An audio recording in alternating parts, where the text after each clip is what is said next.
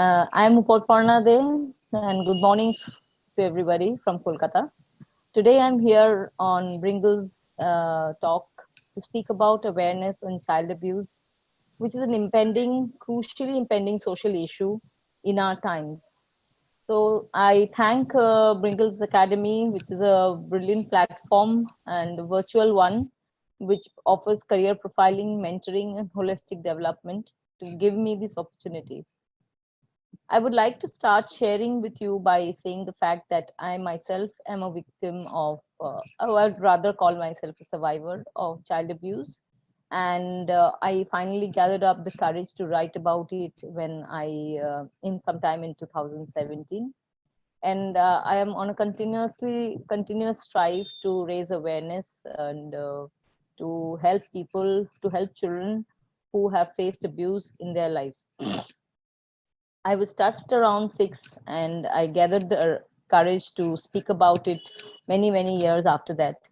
While abuse have left me disturbed for many years, it also took me another couple of years to finally understand the trauma, accept it, overcome it, and talk and heal from it.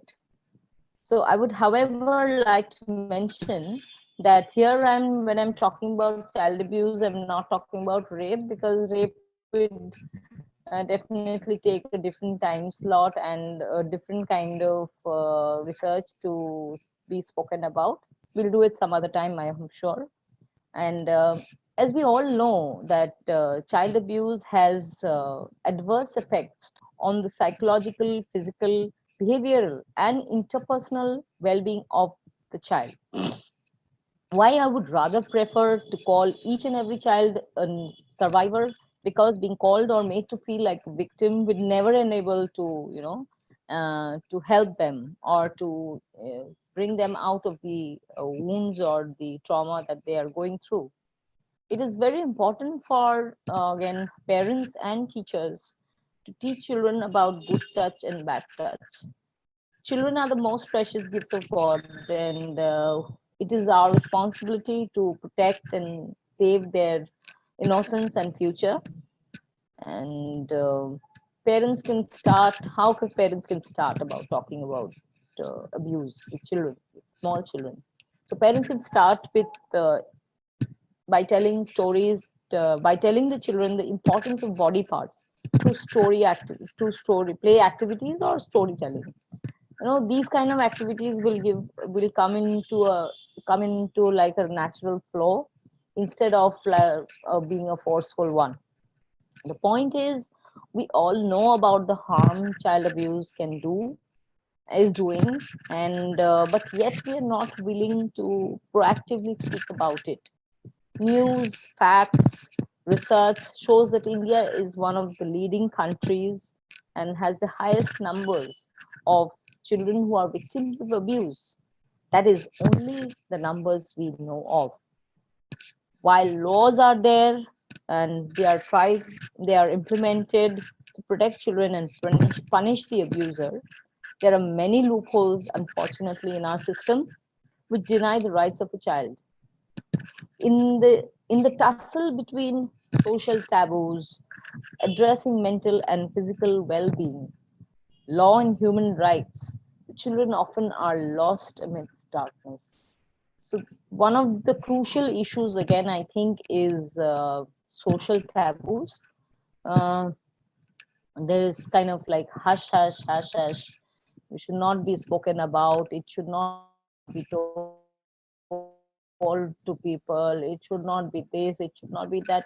That should be just done away with, because that's a uh, very bad thing and leaves a very negative impact on the child for the rest of his or her life. So it is very important, because children are unable to share their feelings. Children are unable to express exactly, know, understand what physical touch is all about, and what harm it can do to them. So it actually harms their growth, inner growth, physical, mental, and of course, they get into depression, they get into they have low self-esteem. So these things are need to be addressed very carefully by parents and teachers, because again, hushing it, shoving a topic like this under the table will not help at any cost. It will only lead to further harm for the child. It is vital for parents and again teachers to watch out for behavior and physical changes very minutely, address them immediately, and support them during the healing process. Child abuse is a malaise that feels like slow poison. I'm sure we again all understand that. Silence is one of the prime advantages, as I said some time back, for the abuser, and unfortunately, again, many of the members uh, many of the abusers are members of the family or close neighbors. So it is we trust upon them very easily. Um, we trust we let our children play with them, we let our children.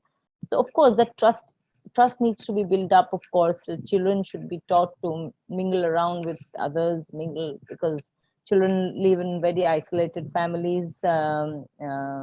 So they should learn how to express themselves, but at the same time, while they are building up their relationship with people outside their homes, and but then definitely that again needs to be addressed, whether they can speak or whether they can express, whether they have been touched, whether they uh, have been molested in some way or the other. While the child will not know what complications physical touch can do or physical abuse can bring, the teachers and parents definitely know what it is all about. So why the silence, and why would we allow the children to die, a child to die a silent death? We should first of all and proactively again and again and again help them to speak, help them to express themselves, watch if they are feeling lonely, if they are detaching themselves from friends or detaching themselves from common conversations in the home, and of course enable them to identify the user. Child abuse can be prevented through education, which is again a very important part, because the more we help children to learn about uh, the damages of child abuse, the damages, what which part of the body should not be allowed to be touched by others. And so it's always a continuous, slow, in a very soft process. It should not be a very harsh, hard process. That again, teaching them through a harsh process, scolding them or hitting them will again lead to only further damage. So first and foremost, and always all through, children from very basic levels, be it in rural areas, be it in the city levels, should be uh, taught about child abuse. And of course, equally, parents, the community should understand that a person, an abuser who is actually abusing a child, is not mentally stable. So it is important again for us to break the silence and give children a better life. I would like to end my conversation, uh, my share your story by Bingle's Academy over here, and I thank them again for giving me this opportunity to speak to you. If you have any questions, and if you have any kind of queries, I offer mentoring for abuse or any other kind of depression related counseling. And also I am teaching soft skills like communications and things like that. So you find my profile on Bringle's Academy.